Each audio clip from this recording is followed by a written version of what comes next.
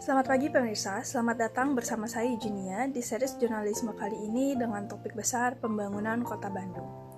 Bandung merupakan ibu kota Jawa Barat yang saat ini telah mengalami banyak rangkaian pembangunan infrastruktur seperti teras Ciamplas, Babakan Siliwangi, transportasi umum area Bandung, dan juga jembatan layang Nurtario. Pembangunan infrastruktur ini memperlihatkan upaya Kota Bandung untuk lepas dari masalah kemacetan hingga minimnya ruang publik. Dalam episode kali ini, kami akan membahas mendalam terkait transformasi transportasi umum yang merupakan sebuah langkah masif berdampak untuk mengurai kemacetan. Episode ini akan menyorot sistem Metro Jabar Trans yang semakin terintegrasi, adanya perubahan angkot konvensional, serta inovasi pembayaran digital. Mari kita telusuri episode pertama series Jurnalisme Pembangunan Kota Bandung terkait transformasi transportasi umum Kota Bandung bersama rekan Arsyad. Oke, selamat pagi semuanya dan hari ini kita akan membahas transformasi transportasi di Kota Bandung sebagai upaya pemenuhan kebutuhan infrastruktur kota. Bandung adalah kota di Jawa Barat yang besar, yang berkembang pesat menjadi pusat ekonomi dan pariwisata. Pada 2024, ekonomi Kota Bandung tumbuh sekitar 4,99% dengan sektor transportasi dan pengudangan mencatat pertumbuhan tertinggi hingga 9,36%. Pertumbuhan ini menegaskan bahwa pembangunan moda transportasi punya peran yang krusial. Selama ini Kota Bandung masih dikuasai kendaraan pribadi sehingga memunculkan kemacetan yang parah. Untuk mengurangi kemacetan dan meningkatkan mobilitas, pemerintah Jabar maupun pusat terus berkembang untuk meningkatkan transportasi umum di Kota Bandung. Metro Jabar Trans atau MJT adalah sistem bus rapid transit atau BRT modern yang baru diluncurkan di Kota Bandung Raya. Sejak Januari 2025, Trans Metro Pasundan atau TMP yang lama di-rebranding menjadi MJT untuk mengingatkan masyarakat akan moda bus yang terintegrasi. Saat ini, MJT mengoperasikan 6 koridor utama di Bandung Raya, menghubungkan kawasan penting dari Jatinangor hingga Bale Endah dan Padalarang. Seluruh koridor MJT menggunakan armada bus standar BRT dan halte khusus dan jadwal yang teratur, berbeda dengan angkot yang menaikkan penumpang di mana saja. Layanan MJT dikelola oleh Dinas Perhubungan Provinsi Jawa Barat bersama BUMD PT Jasa Sarana. Semua armada berwarna biru hijau dilengkapi dengan fasilitas penumpang modern dari standar SPM atau standar pelayanan minimum. Setiap busnya hanya berhenti di halte yang telah ditetapkan sehingga perjalanan menjadi lebih cepat dan tertib. Selain itu juga seluruh koridor MJT sudah mulai mengintegrasikan pembayaran tanpa tunai. Menurut Disub Jabar, Metro Jabar Trans dengan 6 koridor dan 95 bus bersertakan 22 armada feedernya kini sama-sama menerapkan QRIS Step sebagai metode pembayaran.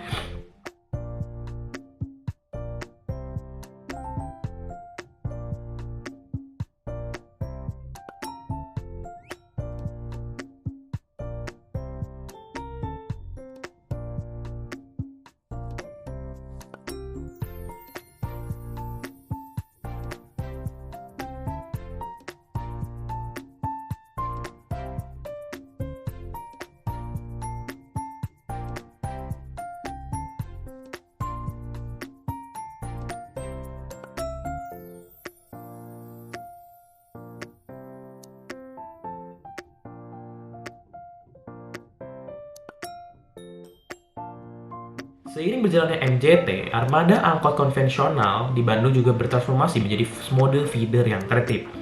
Sejak Oktober 2025, banyak angkot existing diubah status menjadi feeder Metro Jabar Trans untuk melayani rute pendukung koridor BRT.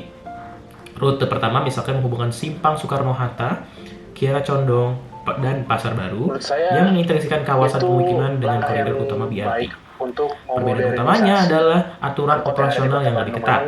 Sopir feeder dilarang berhenti sembarangan atau menunggu penumpang di pinggir jalan. Wajib mengikuti jadwal dan lintasan resmi serta dilarang merokok dan menerima uang tunai selama perjalanan. Perubahan pola ini bertujuan meningkatkan kualitas layanan dan keselamatan. Di Subjabar menegaskan bahwa angkot sekarang berperan sebagai penunjang bagi bus utama, sehingga jalur-jalur utama menjadi domain bus MRT, sedangkan angkot yang beroperasi untuk mengantar penumpang ke halte yang terdekat. Pendekatan ini mendorong transformasi bertahap dari angkot konvensional menjadi feeder modern yang terstandarisasi. Dengan aturan baru diharapkan penumpang tidak lagi menunggu lama dan kian tertarik naik angkot karena pelayanan yang lebih nyaman. Tidak memungkinkan untuk menjadi supir angkot biasa untuk pindah ke MJT, masuk ke lingkungan mereka menjadi supir angkot feeder, angkot modern ini.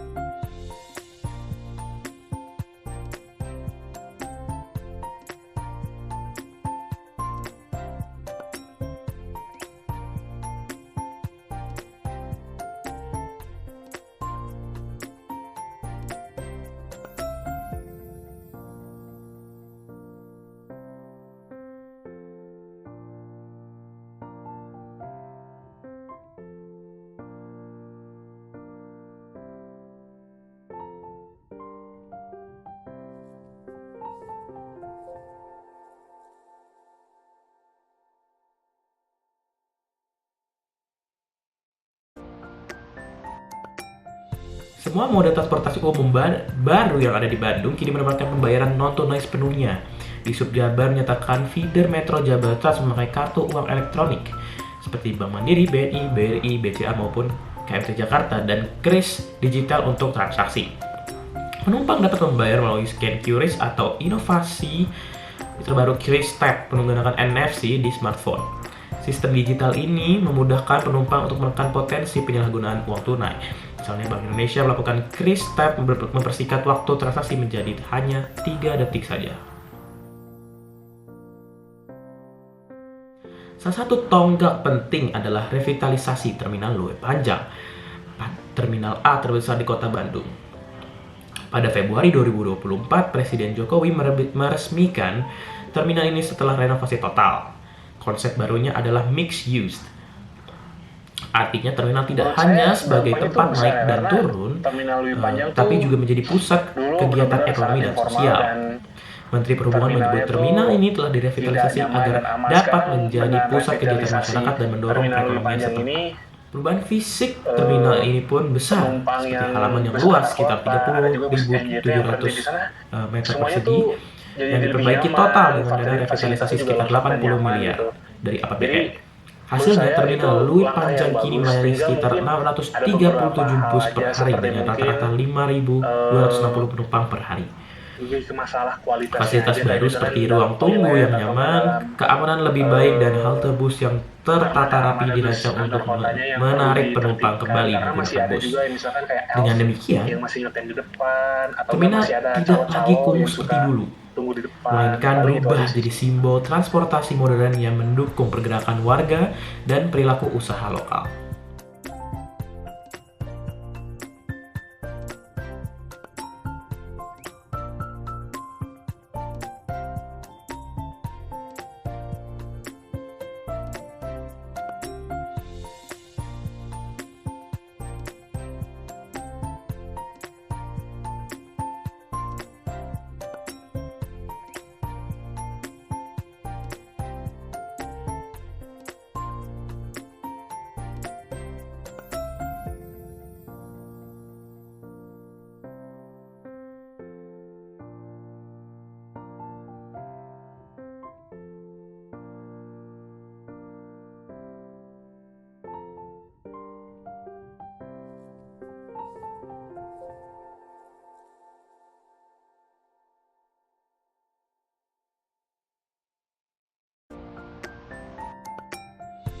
Sinergi Metro Jabar Trans, angkot feeder pintar, dan terminal baru diharapkan meningkatkan mobilitas serta mendorong perekonomian kota Bandung.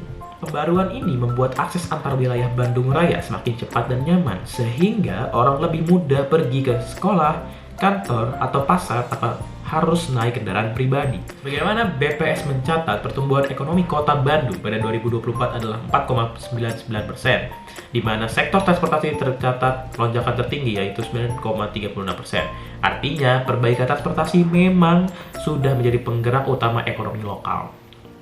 Selain itu, terminal baru dan halte yang lebih nyaman membuka lapangan pekerjaan dan peluang bisnis.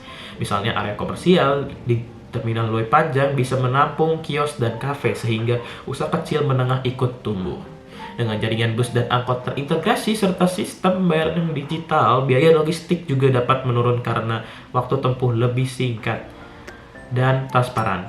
Secara keseluruhan, pembangunan transportasi umum modern ini bukan hanya mobilitas, melainkan investasi untuk pertumbuhan ekonomi Kota Bandung di kemudian hari. Baiklah, kalau begitu, terima kasih telah menonton.